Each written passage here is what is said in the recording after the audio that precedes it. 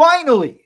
Now, if you're wondering what I'm talking about, I'm not trying to be The Rock. You might guess by my t-shirt that I'm talking about we're finally getting the proper feud between CM Punk and Seth Rollins without other distractions.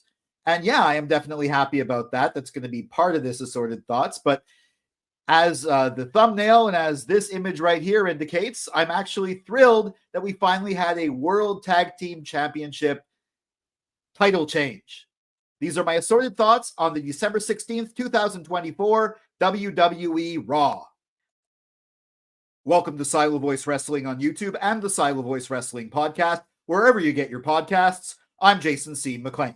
Make sure you like, share, subscribe, and ring that bell for notifications to get all my wrestling hot takes, cold takes, simmering takes, wrestling opinion pieces, WWE Premium Live Event predictions and reviews, and assorted thoughts on SmackDown and Raw. Now, I'm recording this the 17th of December.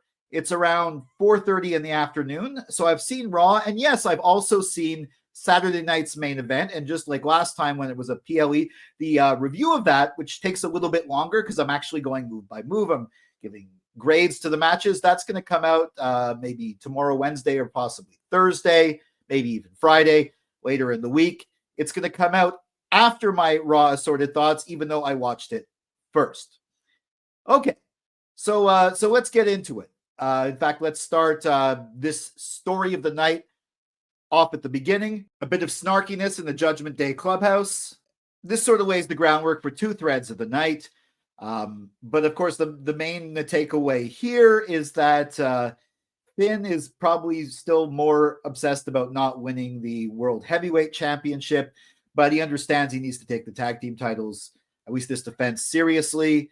And he knows that people are barred from ringside, so he's probably working on this cheating. And when I found out that the tag title match was going to be the main event of the night, I thought, great, they might actually change the titles. The match itself was good. War Raiders looked strong, but so did the Judgment Day. When JD McDonough got the chair to distract the ref, and then Finn went for another chair, I thought, okay, the cheating's happening. But when Damian Priest stopped Finn from getting the chair, it was just a war machine. And then 1, 2, 3, and new World Tag Team Champions, the War Raiders. Now, earlier in the night, they had shown a promo package, or basically a package about recovering from injuries and what this match meant. That, coupled with the fact that it was the main event, led me to believe the War Raiders might actually do it.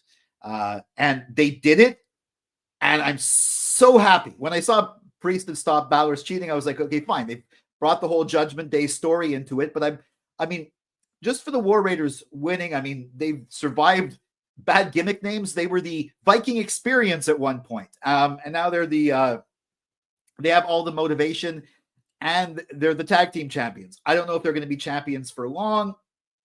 I have a feeling the heel New Day might come in and take it from them, but they won tonight, and I'm very happy. But I'm also honestly really happy that Balor and McDonough are no longer the tag team champions. Well, not just because they've held it for too long and they've been kind of annoying about not defending it, and they're really involved in other stories, which diminishes the importance of those titles, but also the fact that it's an actual tag team. Now, sometimes singles competitors holding the tag team championships, two single stars holding the tag team championships, can be great. Like, I loved it when Sami Zayn and Kevin Owens won in the main event of WrestleMania. That was tied into such a great story. I even like the Rock and Sock connection back in the day. But whereas, for example, the Usos were a legitimate tag team, they happen to be part of a faction. Two people that are only a tag team in that they're both part of the same faction and they're wrestling as a tag team does not count. Neither those two single stars glued together count. It's an actual tag team. The War Raiders are an actual tag team. The New Day are an actual tag team. On SmackDown, we have DIY as the new heel champs. We had the Motor City Machine Gun Street. Those are all tag teams. Now, the SmackDown scene got interesting, and now the Raw tag team scene is interesting once again. I am very happy for this development. On the other end of the Judgment Day equation, I did enjoy Liv Morgan using a megaphone. Although in kayfabe, it's kind of funny that if you think a megaphone is going to drown out boos when a microphone doesn't, I don't know. But it was just a funny moment. Rhea Ripley came down. Expected massive crowd pop here. And she announced that she was now the #1 contender. Like, I mean, yeah, I could kind of see that coming. I think we all kind of knew that was coming. In fact, her coming down at this point made all the sense in the world. It was a bit predictable, and hopefully we're going to finally, this is a great feud with a lot of story behind it. I don't know if they're going to drag it to WrestleMania. I kind of now want Rhea versus Io at WrestleMania, but that would take Rhea winning the title. But I did like her jab at Dom, calling him, that chicken nugget slut? Like, I don't know if they didn't bleep that on the show. I don't think we have to bleep it here, but it was a fun little segment that progressed the story that we kind of knew was going to be the story that was going to be progressed. At the top of the show, we got CM Punk. And while the Seth Rollins interruption was expected, I kind of liked the fact that they played on those expectations by having Punk basically, okay, come on, Seth, when are you going to come out? You're going to come out. Rollins coming out through the crowd without music was a really nice touch. I even like how it almost made Punk a bit of a heel, even though the crowd was on his side when Rollins turned around the whole remark about, you're where you belong among the other CM Punk fans. He basically said, yeah, I'm like the audience. And it was a really fiery, serious promo on both sides. At one point, there was someone holding a baby behind Rollins. I thought that was kind of an interesting touch. But that fight, pull apart and then fight, that was epic. It was believable. It was real looking. It was like they both really seemed to hate each other. And I think they actually might dislike each other in reality. They're playing on reality. It was great. This is a feud we've been waiting for a while. And of course, they didn't announce it right here with Pierce screaming, but later in the night, we found out that they do have a match for the Raw Netflix debut on January 6th, along with the Roman Reigns Solo Sikoa match. I'm pretty sure The Rock's going to show up. I'm pretty sure that's we're going to have the final for the Women's Intercontinental title. That's going to be a hell of a show. And it might also mean both these guys can go separate ways for WrestleMania, but I'm definitely looking forward to that match. And this was really incredible pull apart fighting and really incredible build for that match. I like how they also brought Drew McIntyre into the story. And then quickly out of it, they showed the dichotomy between him and Seth. Seth not wanting to side with him. Seth might eventually side with him. Who knows if he turns heel? Probably after the Punk match, if they are going to go with, Drew, Seth, and KO versus if Cody's out versus maybe Sammy and the Usos or something like that. But no, they're not going there yet.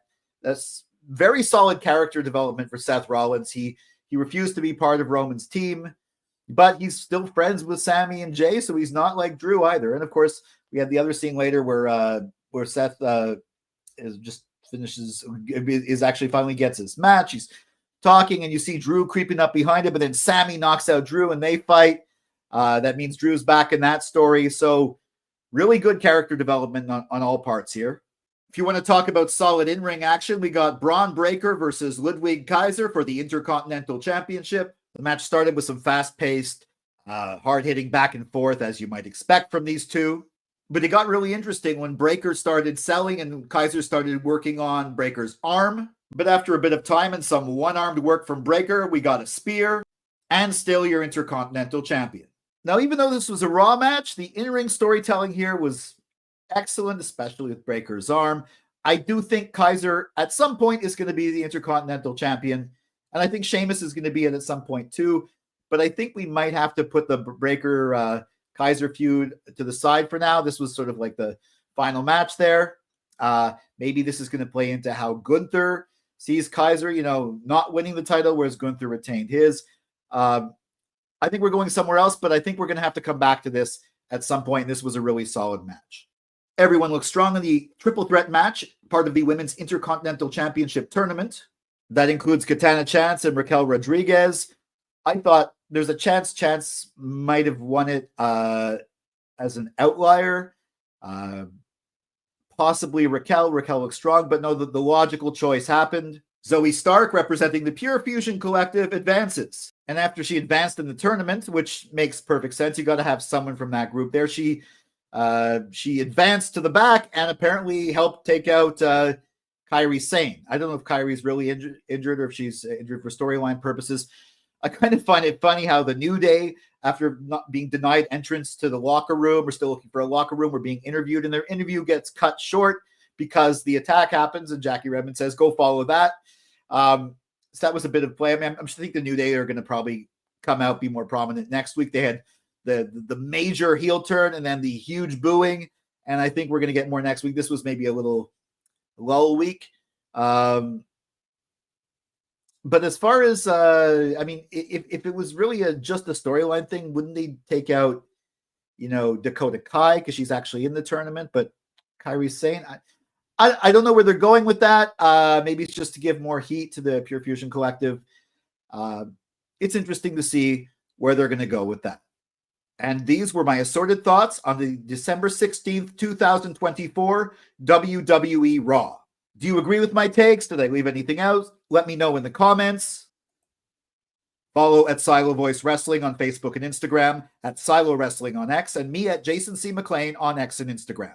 And of course, make sure to like, share, subscribe, ring that bell for notifications. I'll be back in a few days or a day or so with the review of Saturday night's main event, the December 2024 edition. Also, my assorted thoughts on SmackDown. And soon I'm going to get out my best of the top matches, top angles and segments, what have you. It's all coming. For Silo Voice Studios in Montreal, I'm Jason C. McLean.